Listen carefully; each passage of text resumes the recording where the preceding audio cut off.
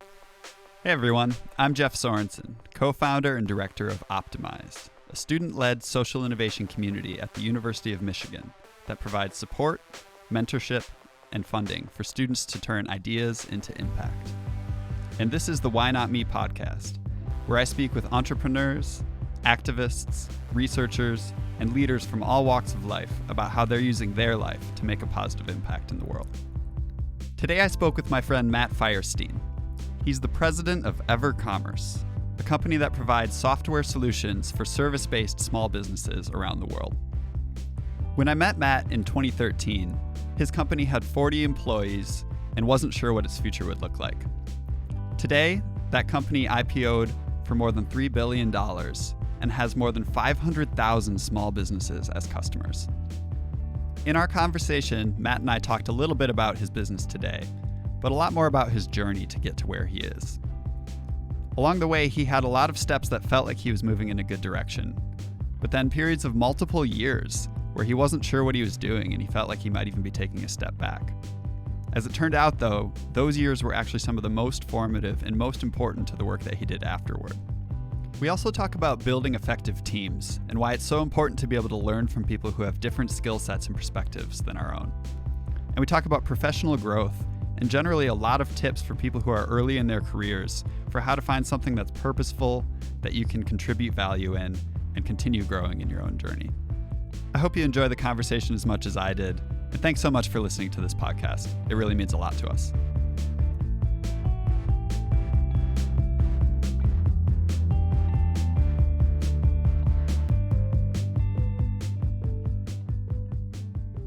Well, thanks so much for being here, Matt. Really appreciate you taking the time. This is, as we said, the first episode for both of us on a podcast. So we both got our headphones and mic, so we sound pretty good. At least we did in the sound check. But yeah, how are you doing? Doing well. Glad to join you. And it's always great to catch up. And excited to be here to spend some time and just catch up for the next hour. Absolutely. Yeah, I thought, for my first few episodes, I need people who are interesting and, have things to talk about that people will be interested in, but also know me well enough to not be upset that I have no idea what the hell I'm doing. So I figure you're perfect for this. No judgments whatsoever, and I've always enjoyed the discussions with you. So in that case, it'll be fun for me as well too. Yeah, absolutely. Well, one of the reasons why I think that you are so interesting is that, when you think about early sort of knots, maybe 2005, 2006. You think about what is a startup kind of environment, a traditional path. You don't necessarily think a history major who moved to Denver, right? and yet here you are, 2021, as the president of a company that just IPO'd, valued over $3 billion. Has done some incredible things. So I just think that you're sort of a fascinating example of. There's many different ways to create an interesting career and to create value and to build great products and build great companies. And so, just kind of wanted to give you a chance, maybe by way of intro, to tell us about EverCommerce, which is the business that you're now president of, which, as just mentioned, recently went through an IPO, and I know you finally have been able to exhale in recent weeks since then. But definitely a little bit.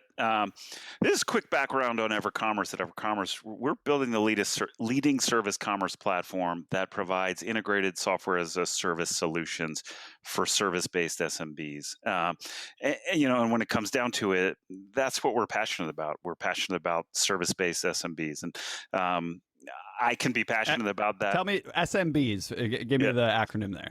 Small to medium-sized businesses. So really, what is the backbone of our economy? I think, most folks in some way likely have somebody who's run an SMB in their life. Whether that's their parents or a sibling or a friend. The SMB economy really shapes our entire economy. When I think back on it, my father was an orthopedist his entire career. A three doc practice. He was a physician, but they were running a service-based small business. I early in my career, kind of in the middle of some stints doing work in software, I went back and worked with my stepmom, who started a competitive cheerleading training academy, and it was an opportunity for me to do some stuff in helping start a business up, not traditionally in my background of software, but in a service category of training, competitive cheerleaders. That were anywhere from age 5 to 17.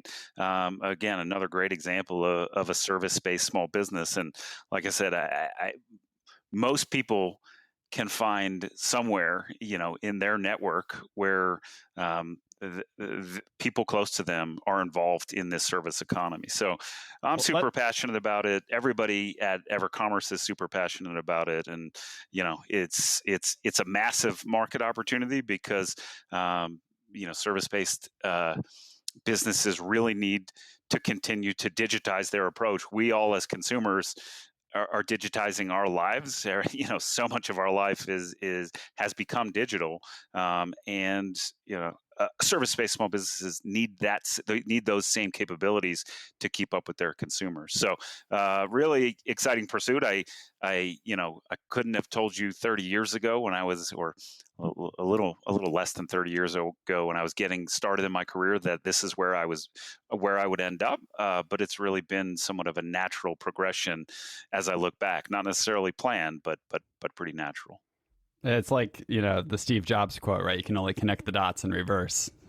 100% true in this case. I can look back and see how all the dots connected. But, when I graduated from the University of Michigan, to your point, in 1994 with a history degree, I didn't see where those dots were. And it was only through experiences that I was able to start connecting the dots backwards, but also seeing where they might go forwards. So, we've talked about this before. To me, nothing beats experience. You can't replace it, and you have to go through the experiences to have those dots in the past that you can connect. Well, let's go back to this dot that you mentioned that I've never heard about. This is the first for me. So cheerleading business was how you got your start. How old were you at that point? It wasn't actually my start. Okay. So I would kind of call the beginning of my professional career about 7 years I spent with an early stage internet startup that grew into a growth company called CitySearch.com.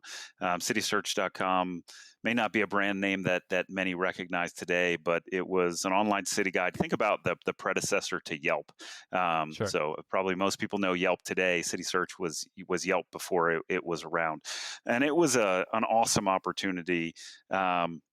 A couple years after I graduated from Michigan, got the opportunity to start in a ground floor operations coordinator position. What does that mean? It means I helped do whatever was needed to be done from an operational standpoint to stitch together the fabric of the operations of the company. So that was sales support and jumping in and helping with IT and networking infrastructure, whatever it was that the teams at the business needed to succeed. That's what the operations team did, and it really gave me this broad-based exposure to business in a startup environment. And thankfully, it was a ride, by hook or by crook that did go up and to the right. This was, a company, again, Internet 1.0, that ultimately merged with some larger companies, went public. So I really, in 7 years, got to experience a tremendous life cycle of a software business. And I look back on that and say, that was the foundation for me in terms of what my professional life could look like, how I was able to develop skills, meet people who have gone on to do amazing things themselves in businesses outside of CitySearch, but really set the foundation of skills required for the growth in my career, and also say meet people and gain experiences that would help me in the future. So that was really the start. After about 7 years of that, I really wanted the opportunity to do some things in business that I hadn't done yet, like be involved in writing a business plan. And at that point in time, I mentioned my stepmom was just getting started. Her passion was training competitive cheerleaders. I knew nothing about that, but what I saw was a startup business where I could be impactful working with her, bringing some of those business skills that I had just really formed over the last 7 years at City Search, and testing myself to see, from a business planning perspective, how could I help this business grow. So that's how I got to the competitive cheerleading space, and it was again, looking back and connecting the dots, it was an amazing experience helping run a very small scale service based small business, because I always say in those businesses, you're doing everything from writing a business plan to mopping the floors to locking the doors, and literally everything in between. And progression wise, sometimes I would, during the 2 years that I did this with her, I would look back and say, wait, I was in this cool internet startup for 7 years, and here I am mopping the floors, painting the walls, and locking the doors of this competitive cheerleading academy. How did I get here?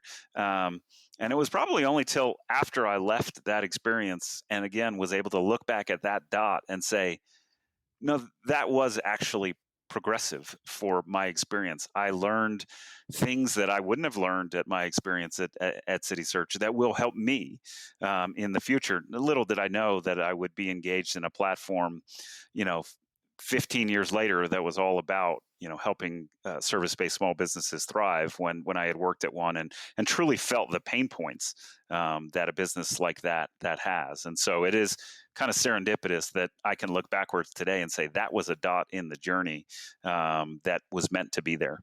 Well, did it feel that way at the time?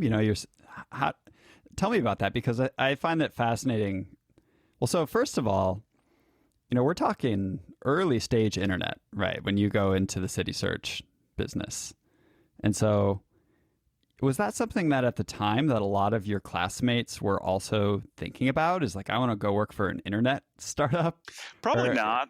No. And I'll tell you how I got there. Right after graduation, again, history major, thought maybe it was law school, decided after an internship over my junior year into senior year that it wasn't going to be law school. Finished out senior year and said, I'm going to move back to the East Coast. I'll figure something out. I will find something. And I found my way, first, professional experience post-graduation was with a company that did election research. And, that was history major. I could kind of attach it back to that, but it was, very entry level. But it taught me, I'll tell you the first thing it taught me that you better be passionate about what you're going to spend your time doing, working during your time, because I wasn't incredibly passionate about the content of this job. There were some interesting things, and again, learning experience and everything, but it was the type of experience where I used to watch the clock during the day, and I said, my goodness, if I have to do this for the next 30, 40 years of my life, I can't imagine what that's going to be like. And I said, I certainly learned plenty more than this, but one of the things that I absolutely took away from an 18-month experience there was find something that you can enjoy doing, that you're learning while you're doing it, and you're not watching the clock along the way. Otherwise, it's not going to be the growth experience that you want it to be. So I finished that experience out. It was kind of all around elections, and the '96 election came and went, and there was an opportunity to potentially sign on and do it again. I knew I wasn't that interested in the content, so I said, let me go find the next thing to do. To your point, I did have a classmate from the University of Michigan who was in the art school, and he graduated, and he was really taking his graphic design skills, found a very, very early online ad agency in New York City that he was having a great time working for. And he said to me, as I was talking to him about what's next, he said, go to the library back then, take a book, teach yourself HTML. I mean, this is literally like HTML 1.0, so you can put it on your resume. And there are a lot of companies in doing this internet thing. Nobody could really describe what that was. This internet thing. Yeah, and send your resume to them. So literally, that's what I did. I went to the library. I taught myself basic HTML so that I could, make it appear in make a web page appear in a browser. So that's interesting. Put it on my resume, and back in 1996, early 1997, it was, for me, go look in the New York Times, find some ads in interesting companies. They were actually starting to put things in web or internet, and send some resumes off blindly. Critical mistake by the Times. They never should have advertised for Google, because that ended it all. So I did it, and a couple weeks later, I got a call from this company called CitySearch.com, starting a local office in New York City. Went in, got an interview, and got this entry-level operations coordinator position, and ultimately that's how I found my way. Funnily enough, I had another colleague from school who was working kind of on in finance, and he was working closely with folks who had put early money into CitySearch.com, and he said, "Hey, give me your resume. I'll send these guys your resume." And the whole time I got the interview, I actually thought it was through his contact.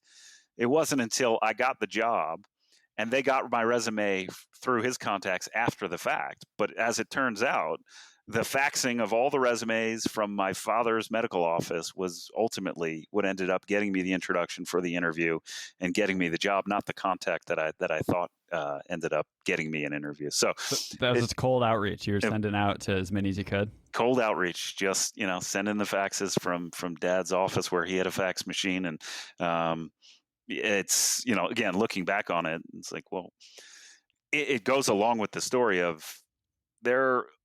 Generally, you got to put in the time and the effort, and whether that's in the sourcing and getting the opportunity, or it's when you have that opportunity to really progress in that opportunity. Nothing beats the kind of hard work and experience. It feels cliche, but that's what the last almost 30 years have taught me. So to just let's just keep going on this tangent. We'll pull our way back, but something you said there. So Dad's medical office, and for a time you're thinking about law school. So that seems like something that, seems reasonable. And then all of a sudden you pivot into this internet thing, as it was thought of at the time. And what did your parents think about that? I think they were good with it. My dad early on knew, I would go with him when I was, a teenager, when he would go do rounds at the hospital. He was an orthopedic surgeon, go do rounds at the hospital on folks that, he had just performed surgeries on. And I quickly understood that wasn't for me. I'd walk into a room with him sometimes and be like, "Yeah, Dad, I got to walk out. I couldn't handle that. It just kind of wasn't my speed. It physiologically didn't fit." No. I didn't really like to see the people with their the recovering from a broken femur with giant pins in their leg. It didn't work for me. So I knew that, and he knew that.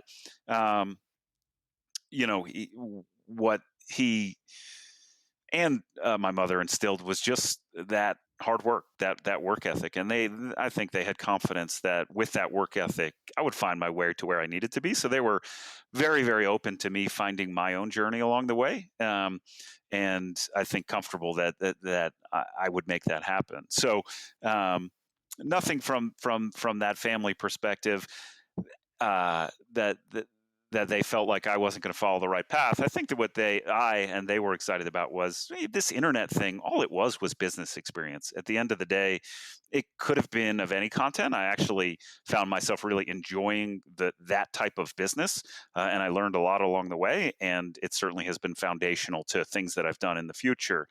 But it's just business. It's just understanding, how a business operates. What are the components of it? How you create executional capabilities within a business so that you can, create a plan, develop, the mechanisms for how you're going to achieve that plan. It's, the basics of business that I learned there that really are applicable in any business. I took those same learnings to the cheerleading business and said, well, okay, let's install some of the things that I learned at City Search here in this business. Totally different content, cheerleading training versus, uh, building a web advertising business, but a lot of the same just applicable business concepts that that that were great learning experiences and helped me not just in those two experiences, but really in everything that I've done since. Well, that's kind of what we're trying to do with Optimize too. Is with the students, the experience that you can get from starting a self-directed project when you're in college, whatever that is, even if it's a student organization or if, it's a very small business or community effort, those are things that you get under your belt, and those, end up being tools that you bring back, I think, in everything you do. And just as much, learning how to identify what is it that I'm good at and what is it that I'm motivated by. Because, I think a lot of people graduate from college and still have no idea what they're passionate about or what they, care about doing. I was in that boat. Yeah. And we've had this conversation before. It's what really has attracted me to what you're doing at Optimize, because I think about there were some opportunities, certainly, when I was at Michigan, but they were harder to find, and they were often a little more tucked into, one of the specialty schools. I was an LS&A major. That didn't. Those opportunities weren't as apparent to folks like me, and with what I've seen you doing at Optimize, I've stepped back frequently and said that would have been really cool to have had that type of program where you don't have to go create it yourself. The program's there, you get involved, and there are already pre-existing tracks to kind of help you grow into that. Because I do know that is the thing I look back on most and say, well, if I could have done this, it would have been to have a little bit more directions. It's all worked out. I found my path, and I pieced those dots together, sometimes looking backwards. But I really can appreciate what an opportunity the folks that participate in Optimize have in really learning into this project that allows them to discover some things that they might be passionate about pursuing after school. Yeah, absolutely. So let's get back to this track. So you make this shift from 7 years at an internet startup into moving into a small cheerleading business, which, by the way, I watched a few episodes of that Netflix documentary, and that's a whole world that I had no idea about. That there's like you said, like 5-year-olds on like a competitive training track. Yeah, yeah, that is. Did you watch any of that?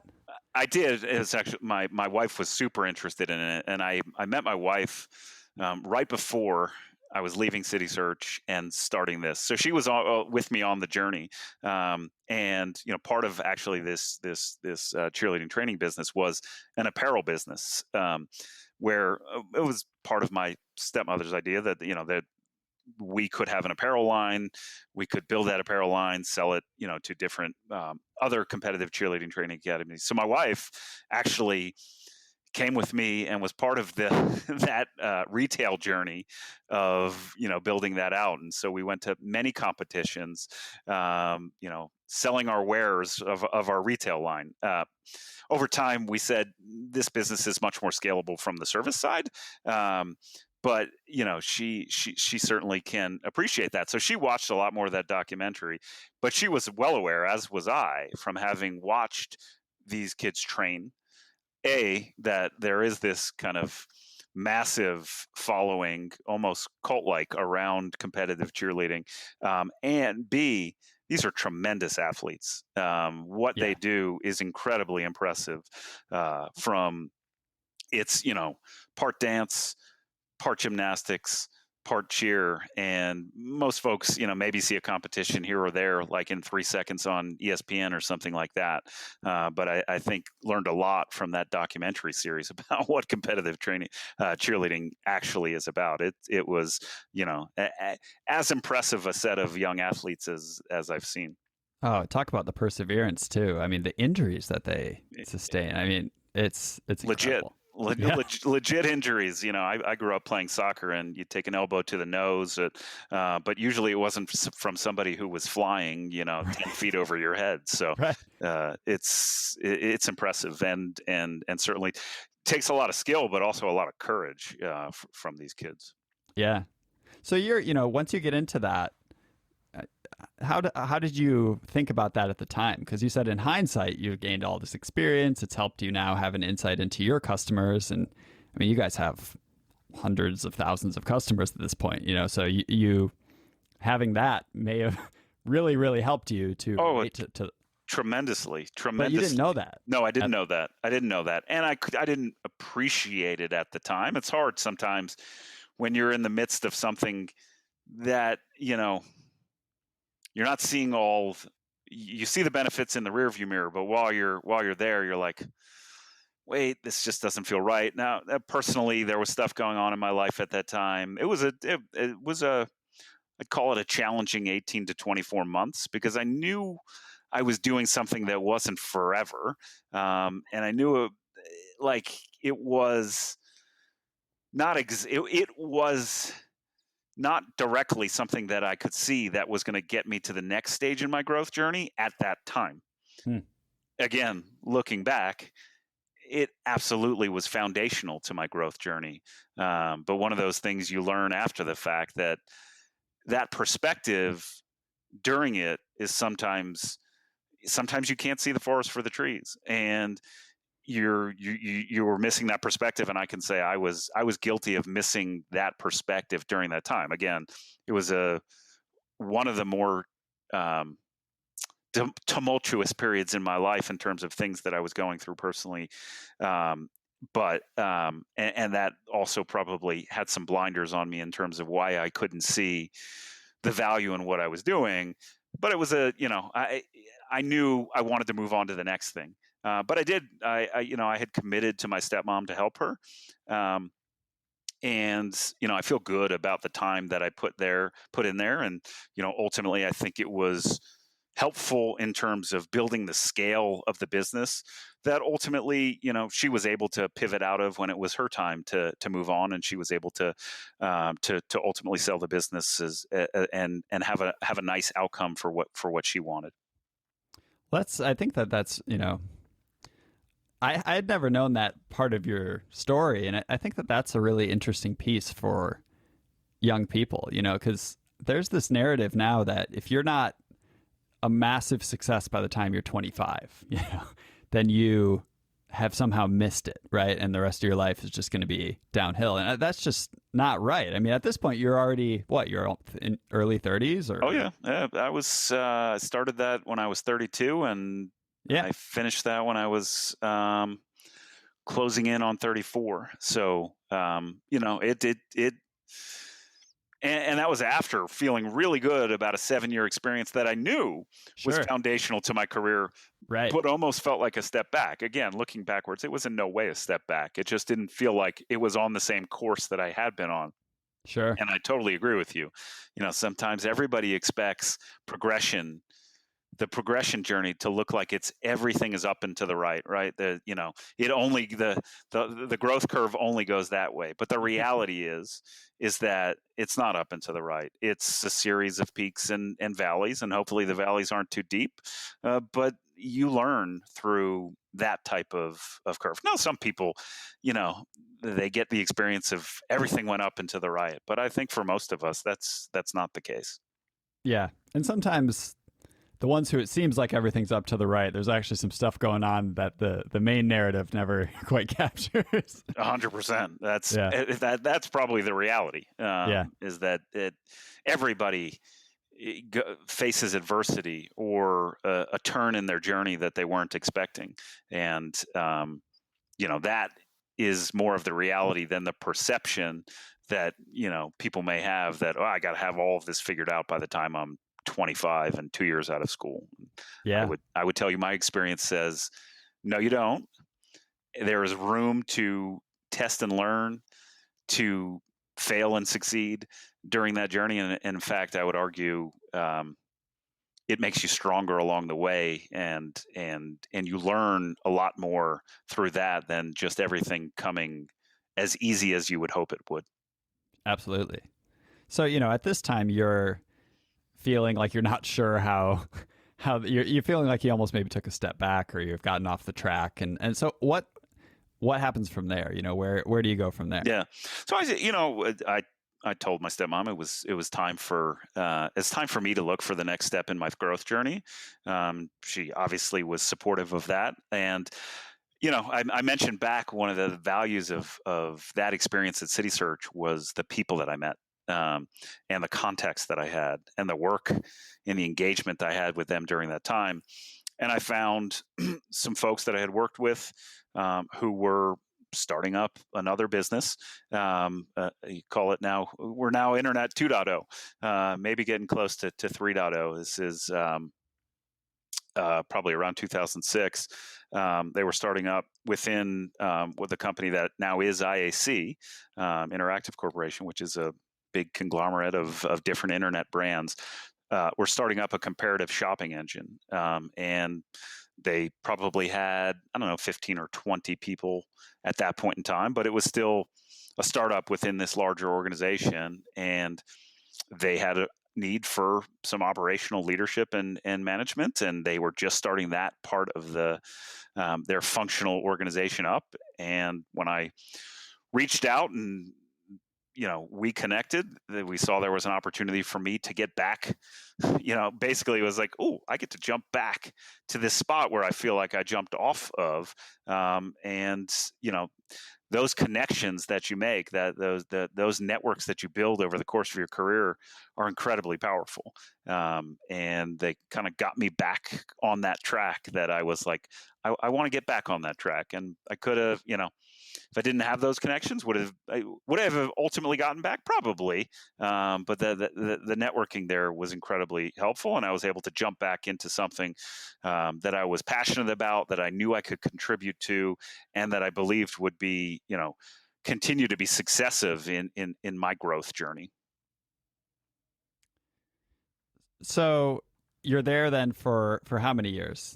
So I did that for the better part of almost 4 years. Got a growth opportunity. I came in, call it at a director level operational role. And by the time I left at the end of 2009 to actually join the predecessor to EverCommerce, a company called PaySimple, I left as the chief operating officer of that business. And so, again, made great networks, learned a lot from the people that I worked with, directly in that business, but also at the larger company, and got the ability to continue to grow and learn into incrementally new responsibilities and new roles that really positioned me to ultimately be at a place where I could go join this company called PaySimple, which was founded by one of my colleagues who also was a University of Michigan graduate, who graduated with a history degree as well.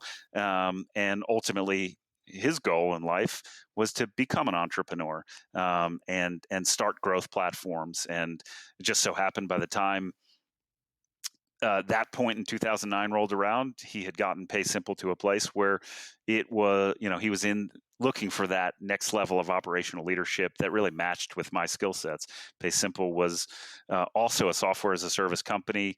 I had all of this depth of operational leadership and management experience in, ultimately, at the end of the day, all of these internet jobs they were software companies. And so it was the right match at the right time. Can you talk a little bit about software as a service for, people might not, it's a more common term now, but some people who are thinking about careers now might still not be fully aware of what that really means. Yeah, I mean, I think for most people in that space, it's, they probably don't realize, or maybe they do, because maybe they've heard about it from their parents, or they saw the old remnants of what software and how software was delivered. It was delivered oftentimes on a disk, right? It was Yeah. installed software that you would install.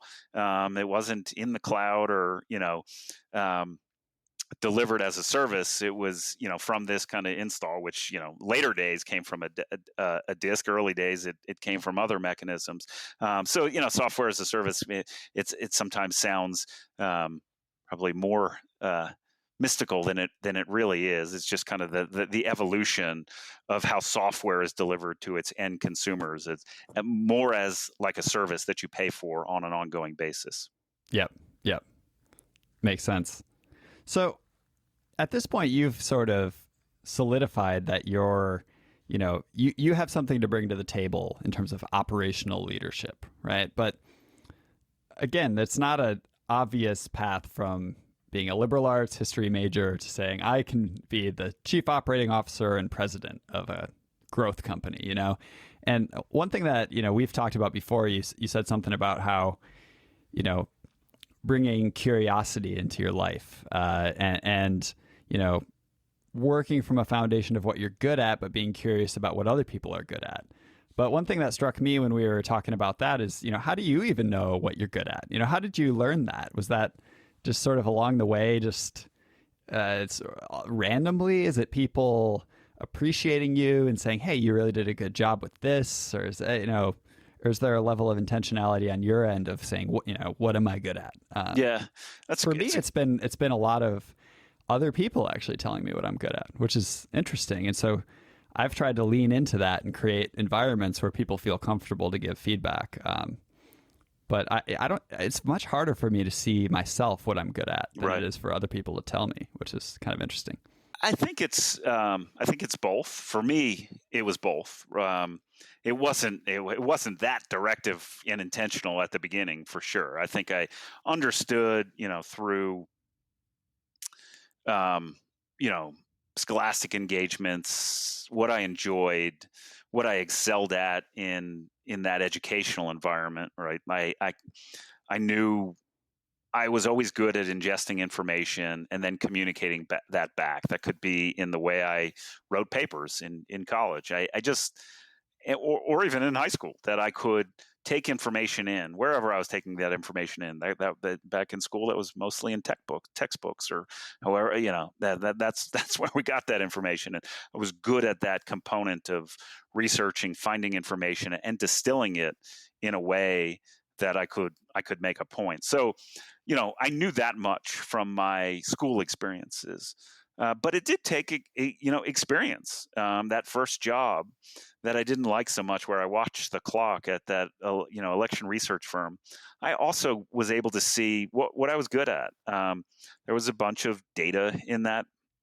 We had to do call local polling sites to collect information and then correlate that information. I didn't love the calling of the polling sites that much, but getting the information and then kind of distilling that out was actually interesting to me. So I learned, I like that, and it's natural to me. So I learned early on that I got the research side of it. I understood the data side of it. I also felt like I was strong at communicating, distilling, and then communicating the findings, whatever that was. So foundationally, through my first work experiences, I could see, all right, I've got some skills. But again, getting to City Search, I had to go in at an entry level and just learn. And what did I rely on? I relied on my ability to communicate. I relied on my curiosity, because I didn't, all the different business functions that I was being exposed to in this broad operational role, these were really my first experiences with them. So do what I could do really, really well in my core role, but put my head out and look at what other people were doing in their functions, and really appreciate the fact that I was at this ground floor operational role where I got exposure to every function in the business, and I could see how they all work together. So I could do my own on-the-job research and basically give myself my own little mini MBA about how a business was coming together from an operational standpoint. What were its growth levers? How was it growing? What did the financials look like? I wasn't in finance. I wasn't in sales. I wasn't in any of those functions, but I was in a function where I got to see all of that come together. And I couldn't replace that experience, period. I couldn't replace it. And I look back and say, I never formally went on to an MBA in business, and absolute value that I could have gotten from some of that, but a tremendous value in the 7 years that I spent in that business, actually getting my own little mini MBA on the job, watching and participating in a company as it evolved, matured, and grew. Well, that's fascinating, because I think that that's something that a lot of students hope to get out of consulting, and some of them do, but many of them, I think, don't quite feel that they actually get that kind of experience out of consulting. So I'm curious on your perspective for, say you're a college junior today, what kinds of roles do you think are out there in businesses today that provide that sort of breadth of experience on an entry level role? It sounds, I don't know if it's unique that your experience was, but that's what you want. It sounds like, and I'm not sure where that is in today's world. Honestly, from what I see, it can be in anything as long as it's operational. Obviously, you want to find a company with a culture and values that are devoted to employees' growth, so that they're going to be supportive of your journey, which is crush what you're doing, what you came in to do. Whether that's you're hired into customer service and you become a customer service rep, or you're a marketing analyst, or you're an operations coordinator. You got to focus on what you're hired to do. Really crush that. But if you're at a company that's got a culture of orientation for growth for their employees, and they allow you to pick your head up and look around and be curious, you can learn. You can have that journey from anywhere. You can learn into the broader business. I'm quite confident from any operational role. Again, that could be a customer-facing role, could be entry-level sales, it could be entry-level customer support, it could be entry-level operations. If you've got the skill set, it could even be entry-level engineering and product development. Again, it's that curiosity and that devotion to really coming in, owning what that role, that seat that you were hired to be in, crushing it to the best of your ability, and showing the company and that supportive culture that you're not just creative, but that you are curious, and that you want the opportunity to see more. And I've been lucky enough to be largely in organizations in my career where that's rewarded. And absolutely, it's like, wow, you did fantastic there. Well, you could either move up within that function, or let's give you some exposure somewhere else. And I found that to be pretty key to my success in my journey. I think that curiosity is an interesting, maybe a shortcut to understanding whether you're interested enough in the work of the company to be on the growth journey that you want. Because that was kind of your first point, was make sure that you are actually interested and committed and motivated by the work that's happening. And if you're not curious about how things are working around you, and how things, what's happening at the slightly deeper level, and what's the context and the history, and where are we going? If you have no curiosity about that, that's kind of a sign that maybe this is not the right thing. I agree. I agree. You and because what you'll end up doing in that case, if you're not curious, is watching the clock, is like looking at the hours, say, cool, when do I go? When am I able to go move on to the next thing, in my personal life? And when's the weekend coming? And that's okay. Everyone should have balance in their life between professional and personal. But if you're truly interested in that professional growth journey, you have to be interested in the content. Otherwise, it's just really hard to focus on those growth opportunities when nothing's scratching that itch. And that's what I've learned along the way. Yeah, I've thought a lot about this because, this whole find your passion thing it can be intimidating for a student who's just like, well, what does that mean? I need a little bit more there because it's this big and so I've been thinking about that, and curiosity I think is one of the biggest signals of that, and even frustration, to within a healthy Yeah. channel. And actually, these things I think can go together because for me, in my own growth journey as a person, I've learned how to channel frustration into curiosity. Because if I can't make that leap, then it can go in all kinds of bad directions. And I think you're onto something very important, and it's a great. It has to be balanced because I'm sure. Well, we've all gotten to places where we've realized, wow, I am so over frustrated that it is not productive, and I can't actually channel into curiosity, and I've got to kind of pull it back to say, okay, let's call a timeout here. I need to pull my frustration back and approach it from a different way so that I'm not frustrated, but I'm more curious about how can we do something different than what we're doing today that's gotten me so frustrated. And when I say we, I mean, the collective, but you can only start from yourself and drive that change from yourself. So I agree. And one of the other points you brought up is this, well, how do I know be curious about something or find something that you're really passionate about. Like, it doesn't, looking back, I know, and during the journey, I could tell you, I would have never, I couldn't at one time tell you that, hey, these things I've gone on to do, I was passionate about. Ultimately, what I was passionate about was finding growth opportunities for me. And if I had interest and if I had curiosity, to your point, in whatever the subject matter it was, and I had growth opportunities, I was able to give everything that I needed to get better every single day, to learn something more every single day. And that felt good. That made me never want to look at the clock and say, when am I done with this? I was done with it when I was done with it. And oftentimes that was more hours than my family, thought was normal. But it was interesting to me. And when it stopped being interesting to me, that's when I knew it was time to go on to find the next thing. That's a useful signal. And how do you start noticing? Is it when you start watching the clock? You sort of when you start watching the clock, or you start getting overly frustrated by, you can't control that frustration. Right. When I left City Search after 7 years, I wouldn't say I ever got to the point where I was overtly frustrated to a point that it was, terribly impactful.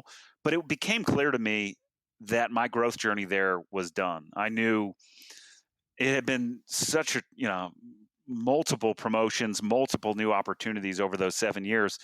But it became clear to me, just based on the arc of the company and how culture was shifting, that there wasn't that next spot for me. And the first time I felt that, I said, well, that is a different feeling than anything I felt over these 7 years.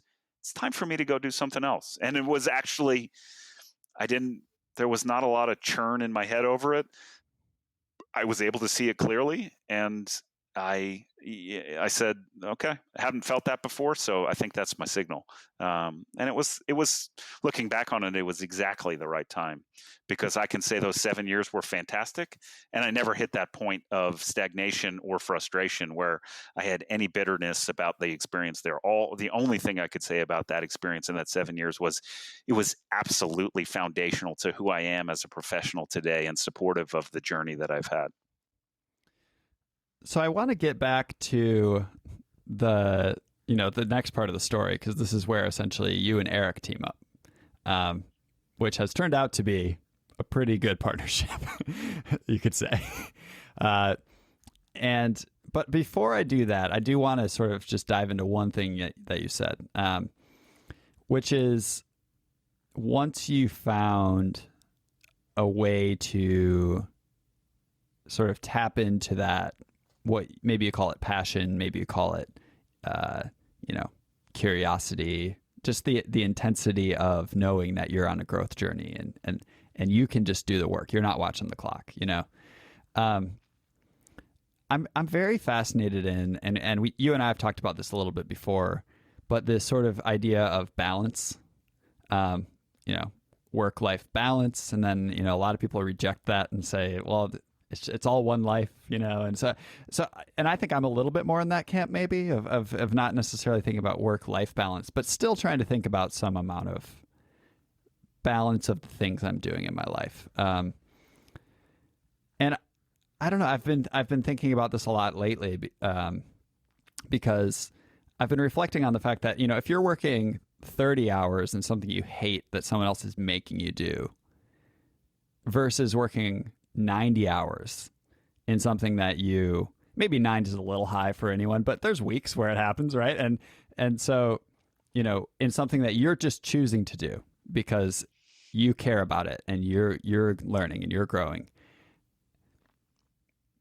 Which one of those is really better or worse? I think that when we focus so much, I feel like we get so fixated on how many hours someone works as a metric of well-being. But the quality of that work and what you're doing makes a huge difference. And I worry a little bit about, I'm very supportive of the narratives around self-care. And I think that it is very, very important. And a lot of people's working conditions have not really allowed them to live their lives very well. And you and I even talked a bit about how since COVID, it's opened us up to some of these realizations of, wow, spending more time with our kids is a good thing. And if we can work remotely so that we can do that more, that's a good thing, and all. But on the other hand, sometimes the self-care narrative gets into this idea of,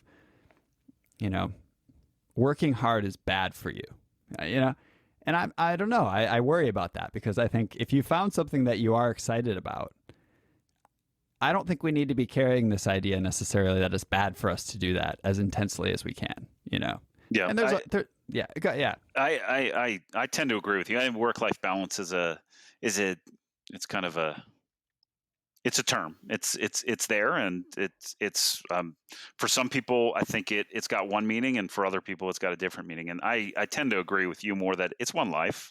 It all blends together. And if you're it's all about growth, and some of that growth is coming professionally, and you need to certainly leave space so that you're getting those personal growth elements. Now, some of that's wrapped up and intertwined as well, because you're getting a lot of personal growth potentially out of what is typically deemed that professional part of your life. So they absolutely blend together, and that's why I believe it is one life. And self-care is important. Spiritual, emotional, physical self-care, so that you can continue to be the best version of yourself, able to pursue those growth journeys again, whether they be personal, professional, or some tie between the two of those things. And it also depends on what stage of your life you're in. There was a stage of my life where I was 32 where it there weren't as many factors outside of professional, but I have a family now. I have a son, he's 8. That doesn't always mesh perfectly into what's going on professionally. So I might need a little more segmentation in terms of how am I, showing up the best that I can in all aspects of my life, for my family, for my wife, for my son, et cetera. And being able to kind of segment that professional piece so that I can spend real quality time with them and be there. And I can tell you, I'm not always successful at that, because I can't actually tell you how many hours I work a week, because it's a blend, right? I'm always thinking about it because I'm passionate about it. And so, and sometimes I get caught. My wife will be driving somewhere. We'll be spending family time, and she's like, "What are you thinking about?" Like, yeah. And well, it's good that she knows to ask that. Oh, and it's work. But by the way, sometimes it could be the middle of the week, and I might be thinking about family. So Yeah. In my world, and on this journey, it does all blend together. And my challenge is to make sure there's balance in that, that is blending together in the right way. I'm caring for myself and my family in the right way, but I'm also able to continue to find the things from a growth journey standpoint that I'm passionate about, related to whether it's currently EverCommerce or if I want to teach myself how to play the guitar, that I'm giving myself the space to continue to get better every single day, and giving myself the space to get to that next level in my growth journey, whatever components consist there. So it's I think you're right. It's not a clean subject. It means different things to different people, and everybody's got their own journey. So I can tell you, my brother, who's my best friend in the world, he's on a different journey in terms of how he pulls together his personal and professional life. And that's right for him. And what's right for me is a different management of that journey. And so I think that's okay, because everyone's wired differently and everyone's going to be on a little bit different of a journey. And there shouldn't be one thought process of exactly how it's managed, because that's not real. That's not real world. Yeah. Yeah. Well, I guess that segues nicely to you and Eric, actually, because one of the things that I've seen Eric say, and I don't know if you repeated this to me or where I saw this, but it was energy leads, numbers follow. And if everyone in the organization understands how to care for themselves so that they can pursue the things that they have a place where they feel they are on a growth journey and can be pursuing something with real energy. That's how you grow to the kind of scale that you guys have grown, and maybe just so that people know, tell me a little bit about the scale that you guys are at now. When I met you, you guys had like 40 employees, or maybe a little bit more than that. Yep, that's right. And that was, Pay Simple, which I said was the first, the real predecessor to what we are at EverCommerce. We probably had about 40 employees, I think, we were sub $10 million in revenue at that point in time. A company that had absolutely found and built a really strong product, had a massive market, found that product market fit, and was in its early days of operationalizing the growth strategy. Fast forward to where we are today. And I would say, at that point in time, maybe we had 5,000-ish customers, something around that. Today, EverCommerce serves over 500,000 service-based SMBs, and we have nearly 2,000 employees around the globe. So the scale is, tremendously different from where we were. Call it, 2000. Between 2010 and 2013, when it was really just Pay Simple that was a part of the journey we're on. And now it's been a combination of a lot of other growth companies serving different parts of the service-based economy that we've brought into this ecosystem called EverCommerce, and obviously has created a lot of scale and breadth in terms of the solutions that we can provide to those service-based small businesses. So it's just incredible. That's 100x growth, basically, in terms of the number of customers that you're serving. And you've always struck me, even from earlier on, before that sort of curve with the business, of being someone who's obsessed with your own growth, and I think it's coming out in this conversation, even that, you've always been wanting to grow yourself. And also, actually, very committed to helping other people develop their own growth curves. That's what you've been doing for Optimized students every time you come in, is helping people think about, what are you trying to measure? Because it's hard to improve on something you can't measure, And do you think that your personal, who knows why you have it or where it comes from, but your sort of personal obsession with your own growth translates over to the growth of a business, or does it feel like a very different kind of thing? It does, and I will tell you, growth platforms are what, ultimately Eric, as an entrepreneur, has wanted to be involved in. First and foremost, growth for all of the folks, the employees of the business, giving them, absolute opportunities to grow into the best versions of themselves. Obviously, growth platforms for our customers, and as we have grown as a business, growth platforms for our shareholders. But that is at the core of Eric's philosophy as an entrepreneur, has always been growth. And it's been, I think I conceived of that differently prior to joining forces. not in a bad way, just a different way. And I've learned a lot based on, his approach and his philosophy in terms of how I support that growth today. Looking back, prior to my experience at PaySimple and joining forces with Eric, I think that was always there. I think a lot of that was values that my parents instilled in me, growing up, was that, I watched them in their careers, really in very different places, have success, continue to try new things, grow into areas that they wanted to. And, how did they apply that to me at the time? It was school. It was, we want you to do what you need to do to continue to succeed and grow in that. That will give you the opportunities in the future. And broadly speaking, that they were right. Whether I was on the soccer field in high school or in the classroom in high school, that got me opportunities to go to the University of Michigan and pursue, growth there. And again, I can look back on it and say all of those were dots that rungs on the ladder that led there, but it didn't always feel like that. And it certainly, if I didn't apply myself, it wouldn't have been that experience. But I do think a lot of that, I do owe to my parents and the upbringing that they gave me, the instilling of work ethic of, nothing's going to be given to you. You got to go out and work hard and earn it and be intentional and put in the time, because nothing will beat that experience, and you'll be able to grow from that next experience. And that's what I've seen. And hopefully with the folks that I've worked with over time during my experiences, I try not to make it that complex. And those are the lessons I tell you. You can't beat the experience.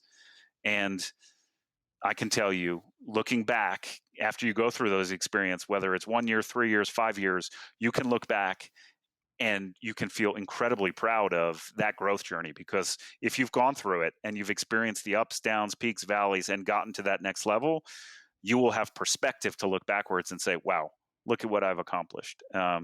And it just takes time. You're not going to gain that perspective in 60 days. Whoa, how quickly did I get there in 2 months? It's not a 2-month journey. It's, the time in seat is longer than that, but it's worth it. If you really apply yourself, are curious, put in the work, you're going to get where you need to be.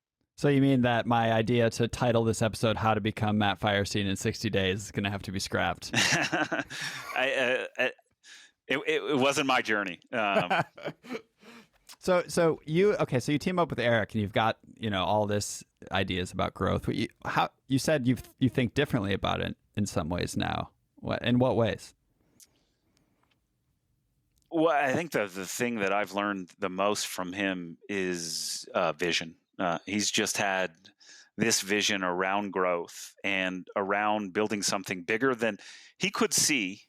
The scale and opportunity in what we were doing when it was nothing yet, when it was something small, but having the opportunity to be bigger. And he's an incredibly visionary entrepreneur.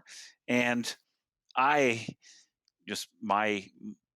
genius is much more of a tactical operator. Great. You just showed me where Z is. We're at A. I can think about, and my genius is, okay, how do we get from A to Z? How do we quantify that? How do we build plans to get there? But what I've really learned from him is, how do you look up and find out what that Z is, and create, and show other people the vision of what that is. So collectively working with him has been fantastic, because it has allowed me to grow in ways that I wouldn't have naturally grown there myself. Let's just say that, because it's not my approach. It's not my zone of genius alone to think that way. And so, I think that's been part of what has made us very compatible and very complementary. I think that I resonate with that a lot, because if you've got a vision of Z, but you don't have someone who understands how to move from B to C to D to E, then it's just sort of a hallucination. It's not really. it gets really annoying to talk to those people pretty fast, because it's like the next time they talk to you, they're just talking about visions again, and it hasn't developed. But if you're just the, if you're the strategic planner and you just, understand how to get from B to C to D to E, it can be really easy to get frustrated, because it's like, well, why won't any people join me on this journey? It's like, well, because they don't know what Z is, And so you need both, right? You need both, 100%. You need both. And it requires a respect for someone who thinks very differently from you, as well as reciprocation of that respect. Absolutely. Absolutely. And that's part of what I've learned across this time in building teams at different levels of scale, is that you can't have, if you have a team that everybody is exactly the same, you're not going to get as far as you'd like to. That complementary set of skills, hard skills, soft skills, experiences, is so incredibly important. You need people that think differently, that bring something different to the table, in different roles, in order to build the most successful, scalable company, in my opinion. And that's really important as you're thinking about building organizations for whatever you're doing, whatever goal you're trying to accomplish. Make sure you have the right set of complementary skills amongst the team, and I'm quite confident you'll get further than if you have only people that are wired one way. If we had only people on my teams that were wired exactly like me, it wouldn't. We certainly wouldn't be as far as we are today.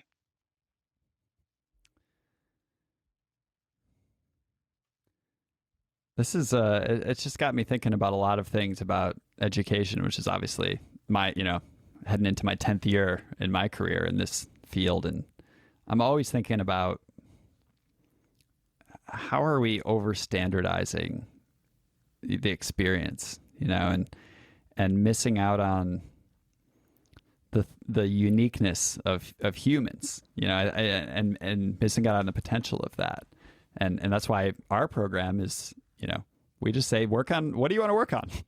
You tell us your project, and we'll just, we'll try to help you do it in a way that's effective and responsible. But, I love being surprised every year by projects that I never would have possibly conceived of. Yeah.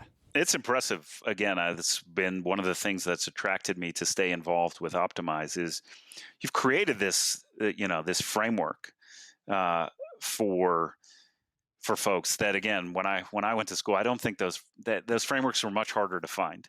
But it's a framework that isn't so rigid. To me, it isn't over. I'm obviously not in the ins and outs and the day-to-days of Optimize, but it doesn't feel over standardized. It feels like a pretty broad field for people to develop within this framework. And that's really cool. It's a very unique opportunity, in my opinion, for somebody to be engaged in that alongside the more standard curriculum that they're going through during their collegiate experience at Michigan. But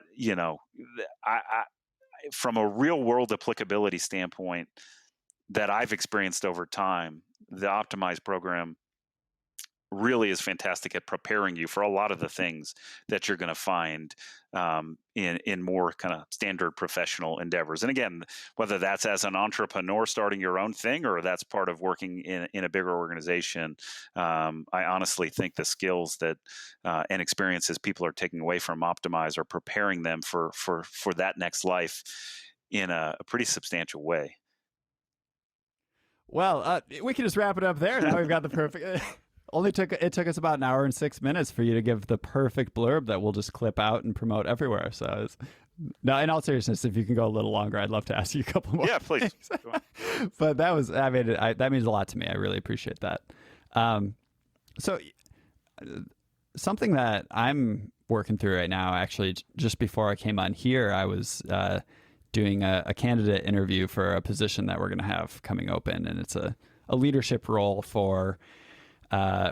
We've been, in recent years, we've expanded our whole model, as you said, it's been to build this very sort of supportive community for people to find their own motivation and ask themselves, why not me? And do more than they thought they could. And we've learn that community model is very good at helping people believe in themselves and helping them persevere longer than they think they could. And one of the things that sort of struck us is that we noticed that there's a very high percentage, very radically disproportionate number of transfer students in our program. And I was a transfer student myself, actually, so I was sort of happy to see that.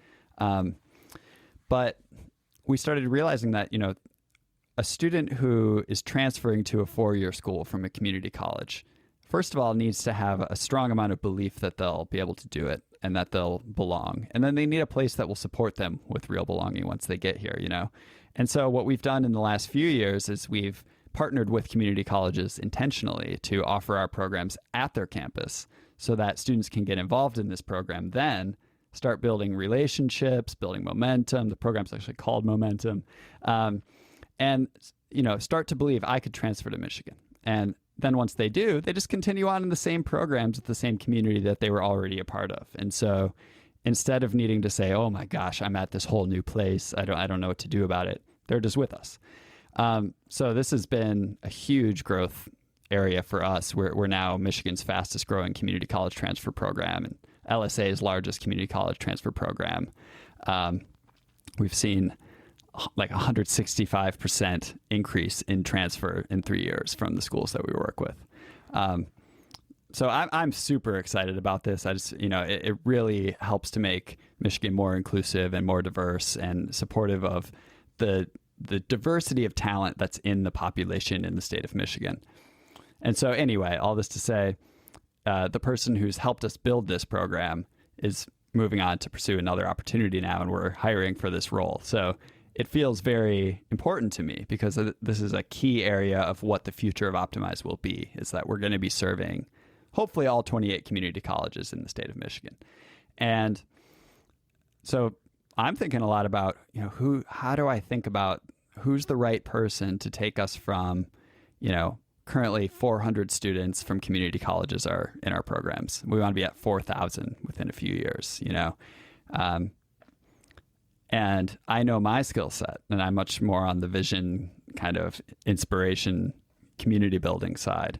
And so, I don't know, just curious to hear your thoughts on hiring processes for leadership roles specifically. How do you think about hiring leadership roles to work with you, and complementary skills and all the things we've been talking about?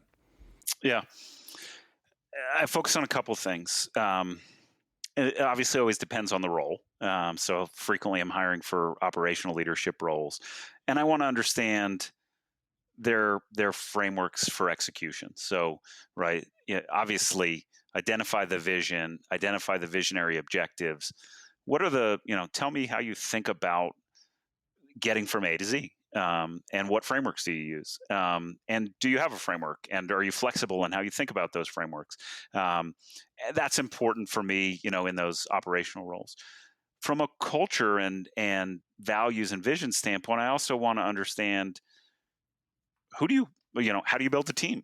And how do you build that culture of growth and execution for that team? Tell me some experiences in the past of how you've done that. How do you think about who you want on your team? Tell me a little bit about the values and the skills and the experiences of the people that you are looking to build your teams around. And then from a people perspective, tell me how you think about growth for those people. So how do you grow the folks that are clearly your stars? Tell me, how do you make them shine even brighter? And for the folks that haven't found their stardom, how do you elevate that next level into stars? Those are things that I'm very, very interested in when I interview, in terms of understanding, is this the leader that can help, from setting the vision, from building the team, and then from executing on a day-to-day basis.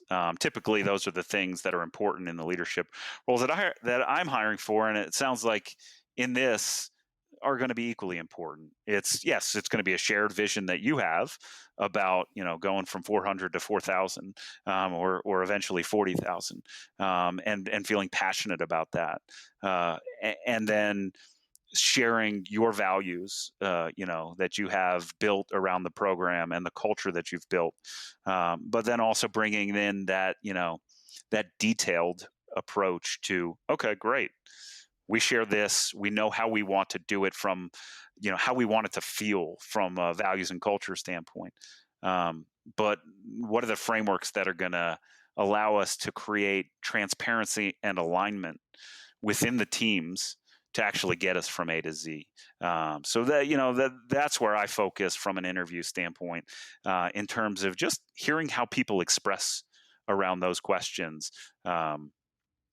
And that's important for me. And I don't expect everybody to do it exactly the way I like to. In fact, I love it when there's confirmatory things that match up. But I actually love it when I learn something during the interview process, like, wow, that's really cool. Like, it's not the way I think about it, but it totally resonates, and I see how you could have had that success. So, part of it's, I want to make sure they've done that, and they've done that at some level of scale, and they have an approach, and they're not just going to be, just throwing stuff against the wall, but also that there's a diversity in that approach that's like I can learn something from. That's super helpful, because I've got 5 more interviews tomorrow, so I'm going to turn that right around. Awesome. So maybe as we're kind of, getting toward the end here, just kind of curious about some, very practical things, from your life. Not that these are, no one listening needs to do these exact things, but I'm always interested in what do people do to, sort of be able to sustain the kind of energy and focus and, direction that you want to have in your life. So what are some of the things for you that you think you can't imagine a day without it? Even something like coffee. Yeah. Well, I can tell you, since I've had my son, it's coffee is definitely one of them. Nothing brought me to. I wasn't a coffee drinker in college or in my early work career, but never in college. No, I didn't. I didn't. Now it's become a ritual, and I can thank my son for that. That literally, and he really doesn't have anything to do with it, but for, probably the the exhaustion of early parenthood got me to coffee, and now it's become a ritual. And I like it and I enjoy it. I don't overdo it, but coffee is one of those things. But what else? For me, there's got to be days that I don't treat myself to something,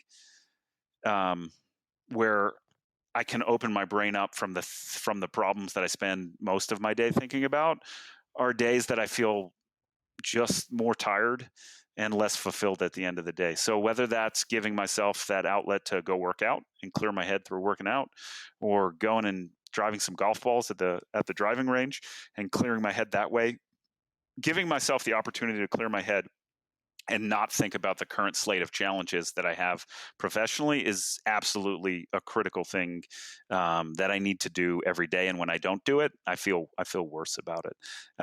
And then it's just, it's something that I need to do every day is get some level of interaction. And that could be with my colleagues at work, that could be with my wife, that could be with my son, but really opening up and engaging with people in a way, that you're getting into what's going on with them, and you're learning from them and what's going on in their life. That we can often get in the place where we're so hyper focused on our challenge at that time and how we're thinking about it that we don't get out of our heads. And days that go by where I've had that experience, again, personally or professionally, and I haven't gotten the opportunity to talk to you and learn about what's going on in your world and your challenges and what you've learned, are days that don't feel as good as or that days that I get to do that are days that feel, just much more fulfilling than a day in which it's just been all about twirling around in my own head. So, though I want to get that out of every day. Am I successful all the time? No, but it's something that I strive to get that from a personal connection standpoint. Yeah, I completely agree. I've been doing this new thing where I do like 25 rounds of like heavy breathing all the way in, all the way out in the morning, and then I hold my breath. There's this guy Wim Hof. He's like a crazy Dutch extreme athlete. He climbed, I think, Kilimanjaro like barefoot. Wow. I don't know why, but he's got this whole idea of the power of breathing. Yeah. I don't buy into 90% of it, but I've been trying this breathing technique, and it's actually kind of fascinating. I'd never in my life tried to hold my breath before, and I actually sort of associated it with like panic or like a bad experience. But now I can hold my breath for like 3 minutes, and it feels like a very calm, blissful state that you have to be so focused. And I think that's why I like it. It's because I have to focus on it. Yeah. And if I start to panic or if I start to let my brain move anywhere else, then you have to breathe. Like you can't hold it. And I've had times where my mind's going, Yeah. and I only can make it a minute and a half. And but if I can really focus, then it turns out I can actually go much longer. And that's I don't really know how, cool. Yeah, we need to follow up offline about that because I want to learn some more about that. Yeah. Well, let's do it. Well, you know what? This has been awesome, and I know we've got 10 minutes till we want to wrap, and we probably want to chat for a couple minutes after we're off air. So, cool. This was fun. You know what? I think for a first episode, I think we did pretty well. Awesome. Well, I appreciate it. Thank you for having me, and I agree. The only shame is that it's just audio because we look fantastic, and somehow we're wearing the exact same shirt. That's true. I don't know. Mine's Smartwool. I don't know if it's the exact same shirt, but well, thanks again, Matt. And that's episode 1, everyone. Hope you enjoyed it. And like, subscribe, whatever. I don't even know where this is going to be posted, but do those things. And we'll see you next time.